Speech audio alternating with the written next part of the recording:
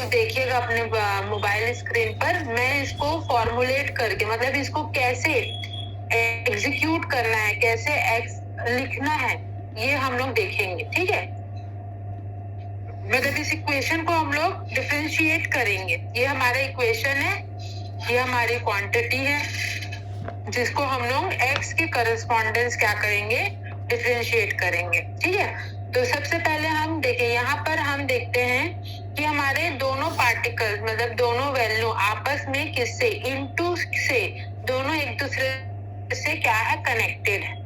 तो यहाँ पर हमारे पास आएगा मल्टीप्लिकेशन फॉर्मूला।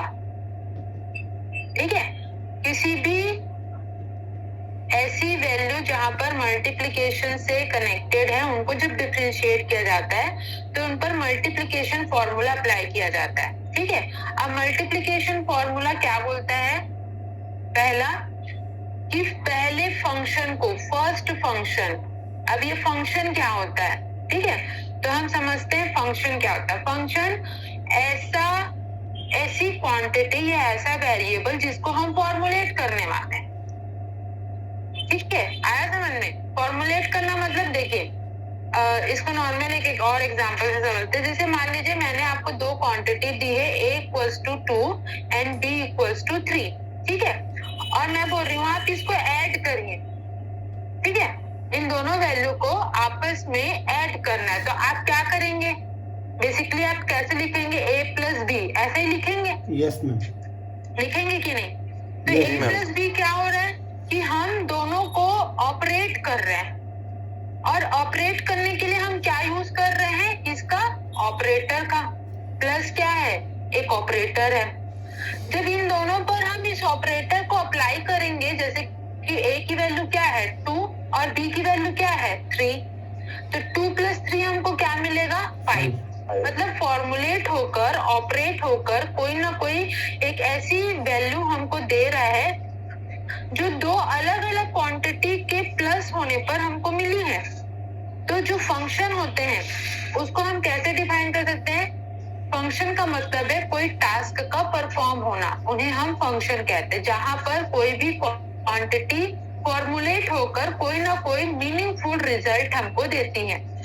जब भी हम कोई भी काम करते हैं, चाहे डेली लाइफ में भी हम लोग जो भी काम करते हैं वो भी फॉर्मुलेट होकर कोई ना कोई रिजल्ट देती है ना। जैसे आप एक रूटीन बना के चलते ना कि आप सुबह से लेके रात तक में कोई ना कोई काम जो है टाइमली करेंगे, तब जाके आपका टाइम कंज्यूम जो है वो क्या हो जाता है, सक्सेसफुल हो जाता है। मान लीजिए अगर कोई भी काम आपका आगे पीछे हुआ तो आप क्या हो जाते हैं, आपका पूरा मैनेजमेंट जो है वो गड़बड़ा जाता है। तो फंक्शन का मतलब वो है जहां पर हम क्वांटिटीज को फॉर्मुलेट कर पाए, मैनिपुलेट कर पाए, उन्हें ऑपरेट कर पाए, और उनके बाद हमको कोई ना कोई रिजल्ट वहां से मिल सके। ठीक है, तो यहाँ पर जो फंक्शन है वो क्या होंगे, कौन कौन से होंगे, इस इक्वेशन में, ये जो इक्वेशन लिखा है इस इक्वेशन में पहला फंक्शन होगा e to the power x, जिसको हमने डॉट ऑपरेटर के थ्रू फॉर्मुलेट किया है और कनेक्ट किया है दूसरे फंक्शन cos x से। ये दोनों अलग अलग चीजें हैं, एक एक्सपोनेंशियल वैल्यू है और एक ट्रिग्नोमेट्री वैल्यू है, लेकिन दोनों एक साथ अरेंज करके रखे गए हैं। आ रहे समझ में आप लोग को? Yes ma'am. जी मैम आ रहे है ना।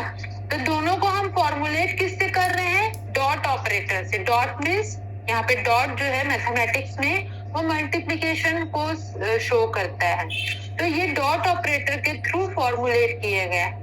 अब इनको जब डॉट ऑपरेटर को जब हम डिफरेंशिएट कर रहे हैं तो डिफरेंशिएशन के बेस पर हमको इन्हें फॉर्मुलेट करना होगा विथ डॉट ऑपरेटर।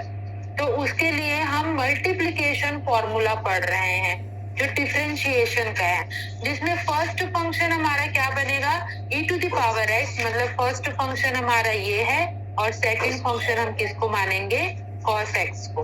ठीक है, फॉर्मूला मैं यहाँ पे पहले लिख रही हूँ, फिर उसको एक्सप्लेन करूंगी कि कैसे उसको यहाँ पर यूज करना है। ठीक है, फर्स्ट फंक्शन इंटू करेंगे डिफरेंशियल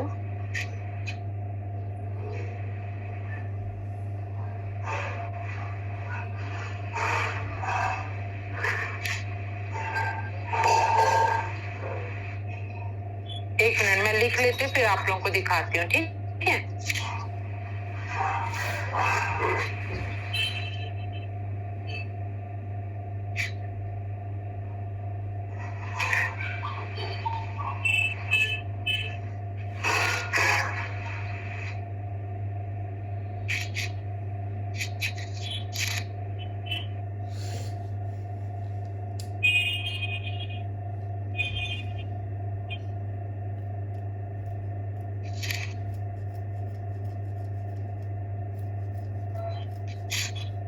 देखिए ये मेरा फॉर्मूला है जिसको हमने वर्ड्स के फॉर्मेट में लिखा हुआ है, ठीक है। देखिए मैंने क्या बोला, हमारे पास ये मल्टीप्लिकेशन एसोसिएशन जो है दोनों अलग अलग फंक्शन का अरेंजमेंट या एसोसिएशन जो है वो डॉट ऑपरेटर के थ्रू किया गया है। जब इस फॉर्मूले को पर हम डिफरेंशिएशन अप्लाई करेंगे तो डिफरेंशिएशन का मल्टीप्लिकेशन फॉर्मूला जो उन्हें फॉर्मुलेट करेगा वो कहता है कि फर्स्ट फंक्शन को एज इट इज लिखिए, फिर उसके बाद इनटू ऑपरेटर लगाइए, और जो सेकंड फंक्शन है कौन सा, cos x, उसको डिफरेंशिएट करिए, ठीक है। फिर उसके बाद बीच में आपको क्या लगाना है, ये दोनों है ना, ये दोनों आपको ऑपरेट करना है, डिफरेंशिएट करना है, तो इन दोनों को कनेक्ट करने के लिए प्लस ऑपरेटर लगाएंगे। फिर उसके बाद सेकंड फंक्शन को एज इट इज लिखेंगे और उसके साथ इनटू करेंगे फर्स्ट फंक्शन का डिफरेंशिएशन, ठीक है। अब अगर इस फॉर्मूले को है ना, इस फॉर्मूले को मैं इस पर्टिकुलर इक्वेशन में अप्लाई करूं तो कैसे आएगा, क्या बोल रहा है, फर्स्ट फंक्शन को एज इट इज लिख दीजिए। तो फर्स्ट फंक्शन मैंने यहाँ पर क्या माना है, e to the power x, तो मैं लिखूंगी e to the power x। Differentiate किसको करना है, सेकंड फंक्शन को, तो हम डिफरेंशिएशन ऑपरेटर सेकंड फंक्शन जो कि cos x है उस पर क्या कर देंगे, अप्लाई कर देंगे, ठीक है। ये कौन सा फेस हुआ, फर्स्ट फेस। दो फेस में है ये, दो फेस कैसे हो रहे हैं, प्लस के पहले वाला फेस हमारा है पहला और प्लस के बाद वाला सेकंड फेस है। तो प्लस के पहले ये प्लस जो है कनेक्टर है जो दो अलग अलग फेस को आपस में कनेक्ट कर रहा है। तो प्लस के पहले क्या बोल रहा था कि फर्स्ट फंक्शन को एज इट इज लिख दीजिए। तो फर्स्ट फंक्शन मैंने क्या लिया हुआ है, e to the power x, तो e to the power x को मैंने एज इट इज लिख दिया। और डिफरेंशिएट किसको करने बोल रहा है, जो सेकंड फंक्शन है। सेकंड फंक्शन मैंने क्या लिया हुआ है यहाँ पर cos x, उसको एज इट इज लिख दिया। दोनों को बीच का कनेक्टर मैंने क्या लिया, प्लस, ये प्लस ऑपरेटर दिख रहा है वो लगाया। फिर बोल रहा है कि सेकंड फंक्शन को एज इट इज लिख दीजिए। तो सेकंड फंक्शन मैंने क्या माना हुआ है, cos x, और डिफरेंशिएट किसको करिए, पहले फंक्शन को, e to the power x। आया समझ में? Yes ma'am. इतना आया समझ में? देखिए अगर इसको देखेंगे तो जो फॉर्मूला लिखा हुआ है हम लोगों ने, है ना, मल्टीप्लिकेशन फॉर्मूला, वो पूरा जस्टिफाई हुआ है यहाँ पर कि हमने पहले फंक्शन को एज इट इज रख के डिफरेंशिएट कर दिया दूसरे को, फिर दूसरे को एज इट इज रख के हमने पहले को डिफरेंशिएट किया, मतलब अभी ऑपरेटर लगाया है। अब इसको डिफरेंशिएट हमको करना है, ठीक है। तो जब इसको डिफरेंशिएट करेंगे तो जब e to the power x है तो वो तो एज इट इज लिखाएगा क्योंकि उसमें हमने ऑपरेटर अप्लाई नहीं किया, तो इसको पहला वाला ये एज इट इज लिख देंगे, ठीक है। जब e to the power x में ना स्क्रीन में देख के लिख रहे हैं तो इसलिए थोड़ा दूर हो गया ये, ठीक है। e to the power x, ठीक।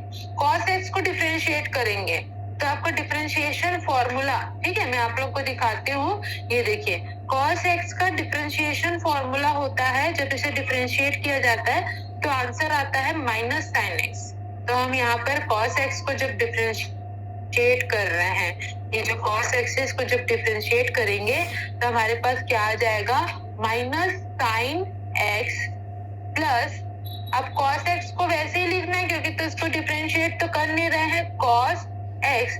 जब हम e to the power x को डिफरेंशिएट करेंगे तो e to the power x को जब डिफरेंशिएट किया जाता है आंसर आता है e to the power x, ठीक है। जब e to the power x को जब e to the power x को डिफरेंशिएट किया जाता है तो उसका आंसर यहाँ पे देखिए आता है e to the power x, ठीक है। तो यहाँ पर हम जब सेकंड फंक्शन को, कौन सा, एक सेकंड रुकिएगा, अच्छा, जानवी चली गई है क्या? Yes ma'am. जी मैम, जानवी चले गई।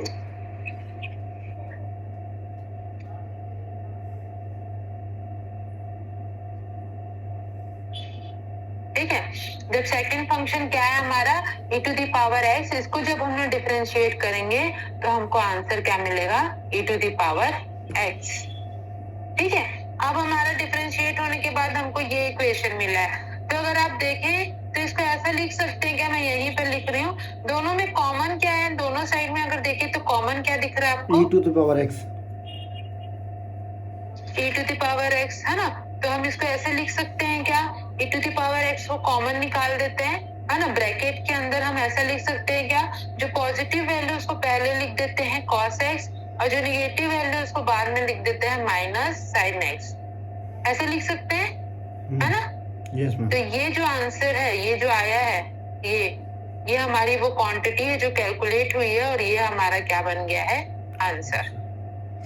ठीक है, तो जैसे जानवी ने अभी क्वेश्चन पूछा था ना कि हमेशा क्या इसी तरीके की वैल्यू आएगी, तो मैंने कहा था कि नहीं, हमेशा डिपेंड करता है कि आप ऑपरेट क्या कर रहे हैं। हम ऑपरेट कर रहे हैं exponential and trigonometry for science को, तो हमारा आंसर भी एक्सपोनेंशियल और ट्रिग्नोमेट्री साइंस में ही आ रहा है। ठीक है, तो हमेशा डिपेंड करेगा कि हमको हमारा वैल्यू क्या है। अगर वो वैल्यू एक्सपोनेंशियल फॉर्म में दी हुई है तो एक्सपोनेंशियल फॉर्म में आएगा। अगर वो वैल्यू हमको क्या बोलते हैं, ट्रिग्नोमेट्री या लॉग अरिथमेटिक में दी हुई है, तो उसी बेस पर वो वैल्यू हमको मिलेगी। अब इसके लिए हमको फॉर्मूला याद करना पड़ेगा, जैसे